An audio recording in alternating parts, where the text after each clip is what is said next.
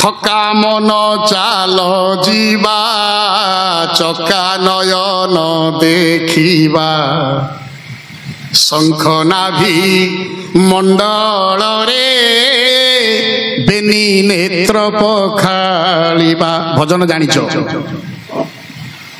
ମୁଁ ମୋ କୁଟିଆ ଭିତରେ ଅଛି, ଚାଲି ପାରୁନି, ଅଣ୍ଟା ପିଠିର ଯୋଉ ଅବସ୍ଥା, ମୁଁ କାଳିଆ କ୍ଷେତ୍ରକୁ ଯାଇପାରିବିନି।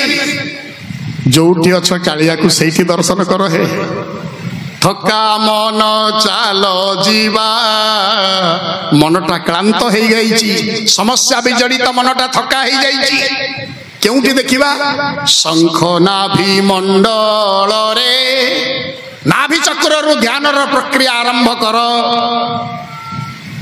ଯୋଗ ଶାସ୍ତ୍ର କହିଲେ ଆଧାର ଚକ୍ରରୁ ନା, ଗୁରୁଦେବ ବାବା ବଳିଆ କହିଲେ ନିର୍ବିକଳ୍ପ ସମାଧିରୁ ଫେରି ଆସିଲା ପରେ ଯୋଉ ରାଜରାଜାଦି ଯୋଗ ଶିଖେଇଲେ ସେଥିରେ କହିଲେ ଆରେ ବାପା ମୂଳାଧାର ଚକ୍ର ନୁହେଁ, ଜୀବନଟା ସୃଷ୍ଟି ହେଇଛି ନାଭି ଚକ୍ରରୁ। ଆମେ ଯେତେବେଳେ ମାର ଗର୍ଭରୁ ଜନ୍ମ ହେଲୁ ସଂଯୋଗଟା କୋଉଠି ଥିଲା? ନାଭି ଚକ୍ରରେ। ନାଭି ଚକ୍ରକୁ ଆଶ୍ରୟ କରି ମୁଁ ସାମାନ୍ୟ ଅବସ୍ଥାରୁ ବିନ୍ଦୁରୁ ବିରାଟ ସ୍ୱରୂପ ହେଇଛି ନାଭି ଚକ୍ରକୁ ଆଶ୍ରୟ କରି। ଜୀବନର କେନ୍ଦ୍ର ବିନ୍ଦୁ ହଉଛି ନାଭି ଚକ୍ର, ନାଭି ମଣ୍ଡଳ। ଥକା ମନ ଚାଲ ଯିବା ଚକା ନୟନ ଦେଖିବା ଶଙ୍ଖ ନାଭି ମଣ୍ଡଳରେ ବେନି ନେତ୍ର ପଖାଳିବା। ନାଭି ଚକ୍ରରେ ଶକ୍ତିଙ୍କୁ ସ୍ମରଣ କର। ବାଟରେ ବାଟ ମଙ୍ଗଳା, ଶକ୍ତିଙ୍କୁ ସ୍ମରଣ କରିବ ପରା। ଦେଖିବା 18 ନଳା, ଉପରକୁ ଆଇଲ। ପାଞ୍ଚ ମନ କରି ଠୁଳା ନରେନ୍ଦ୍ରେ ସ୍ନାନ ସାରିବା। ମନେ ମନେ କୁଆଡକୁ ଯିବା ଦରକାର ନାହିଁ। ନାଭି ଚକ୍ର ନିକଟରେ ପହଞ୍ଚିଲ, ନାଭି ଚକ୍ରରେ ବାଟ ମଙ୍ଗଳାକୁ ଦର୍ଶନ କଲ, 18 ନଳାକୁ ଅତିକ୍ରମ କଲି, ମୁଁ ବଡ ଦାଣ୍ଡରେ ପହଞ୍ଚିଲି ବୋଲିକି ସେଇଠି ଭାବିବ। ନରେନ୍ଦ୍ରରେ ବୁଡଟା ପକେଇଲି, ବର୍ତ୍ତମାନ ଗଲି କୋଉଠି? ପହଞ୍ଚିବା ବଡ ଦାଣ୍ଡେ ସେରେଣୁ ପାଇବା ତୁଣ୍ଡେ। ଉପରକୁ ଆସିଲା, ଜୀବନ ବଡ ଦାଣ୍ଡର ସ୍ପର୍ଶ ଲାଭ କରି ସାରିଲାଣି। ସେ ରେଣୁକୁ ପାଇବା ପରେ ପ୍ରଭୁଙ୍କର ଦିବ୍ୟ ଉପସ୍ଥିତି ଏଇଠୁ ଆରମ୍ଭ ହେଲା। ଆଜି ବି ଆମ ମନରେ ବଡ ଦାଣ୍ଡର ସ୍ପର୍ଶ ହେଇଗଲା ମାତ୍ରକେ କାଳିଆର ସ୍ପର୍ଶ ହେଇଗଲା ବୋଲି ଆମକୁ ଆଜି ବି ମନେ ହୁଏ। ହୃଦୟ ଚକ୍ରରେ ପହଞ୍ଚିଲା ସାଧକାତ୍ମା, ବର୍ତ୍ତମାନ ପହଞ୍ଚିଲା କାଳିଆକୁ। ଏଇଠି ଭାବିଲ, ପହଞ୍ଚିବା ବଡ ଦାଣ୍ଡେ ସେରେଣୁ ପାଇବା ତୁଣ୍ଡେ ଛତା ତଳେ ରହି ଦଣ୍ଡେ ସାଧୁଙ୍କ ସେବା ସାରି। ସାଧୁଙ୍କ ସେବା ଏଠି ଆଇଲା କଣ୍ଠଚକ୍ର ପର୍ଯ୍ୟନ୍ତ। ଛତା ତଳେ ରହି ଦଣ୍ଡେ, ଛୋଟ ଜୀବଟାକୁ ଜିଭକୁ ଓଲଟାଇ ଛୋଟ ଜୀବ ସହିତ ସଂଲଗ୍ନ କଲେ ତନ୍ମଧ୍ୟରେ ଏକ ଅପୂର୍ବ ମକରନ୍ଦ ରସ ନିର୍ଗତ ହୁଏ। ଛତା ତଳେ ରହି ଦଣ୍ଡେ ସାଧୁଙ୍କ ସେବା ସାରିବା। କଣ୍ଠଚକ୍ରରେ ପହଞ୍ଚିଲ, ତାପରେ ପୁଣି ଉର୍ଦ୍ଧ୍ୱଗାମୀ ହବା ଆଗକୁ। 22 ପାବଚ୍ଛ ପକ୍କା କୈବଲ୍ୟ ହେଉଛି ବିକା ହାଣ୍ଡିକ ପଡ଼େସି ଉକା ମନରଙ୍କା ଛଡ଼ାଇବା।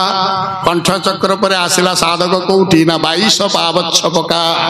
ଏଟା 22 ନୁହଁ, ନେବର 22 ନମ୍ବରସ ନୁହଁ। 22 ପାବଚ୍ଛ କିଏ ଦେଖିଛ ନା ଗଣିଛ? 18ଟା। ହଉ ଦେଖୁଛ 18, ମୁହେଁରେ କହୁଛ 22, ରେକର୍ଡରେ ଲେଖା ଯାଇଛି 16, ଆଉ ଗୋଟେ ଲେଖା ଯାଇଛି ରେକର୍ଡରେ 15। ଠିକ କୋଉଟା? 15, 16 ଦେଖୁଛ 18, କହୁଛ 22, ଠିକ କୋଉଟା? ଗୁରୁଦେବ ସିଦ୍ଧାନ୍ତ କଲେ 22 ନୁହଁ। ଆଚ୍ଛା, ସେଟା ତ ଅପଭ୍ରଂଶ ଶବ୍ଦଟା। ଆପଣ କୁରୁମ ବେଢା ପର୍ଯ୍ୟନ୍ତ ହଉଛି ମୂଳ ମନ୍ଦିରର ବେଢା। ମେଘନାଥ ପାଚେରୀ ପ୍ରଥମ ଥିଲା। ମୂଳ ମନ୍ଦିର ତିଆରି ହେବାର 250 ବର୍ଷ ପରେ ଯାଇକି ବାହାର ବେଢା ତିଆରି ହେଇଛି। କେତେ ବର୍ଷ ପରେ? 250ରୁ 300 ବର୍ଷ, 280 ବର୍ଷ ପରେ। ମନ୍ଦିରର ସିଂହ ଦ୍ୱାର ତ ସିଏ ନୁହଁ, ଉପରେ ଯୋଉଟା ଦେଖୁଛ ସେଇଟା ଥିଲା ମେନ୍ ଦ୍ୱାର, କୁରୁମ ବେଢାର ଦ୍ୱାର।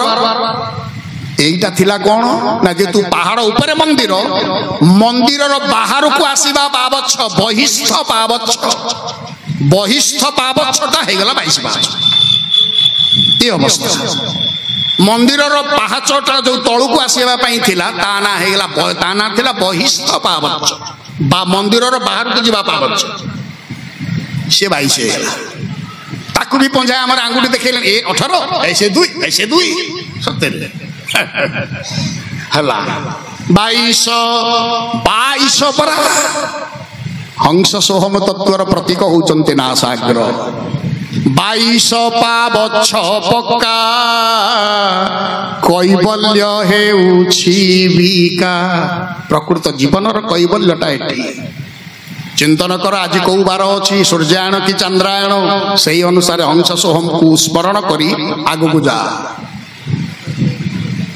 22 पावछ पक्का कैबल्य हेउछि विका हांडी को पड़े सिउका मन रंका छड़ाइबा किछि समय निस्तब्ध होई हंस सोहंसर अवस्था को चिंतन करी से मंत्रटा को किछि समय जप करी ऊर्ध्व को आस त्रिकुट को गरुड़ पछरे देख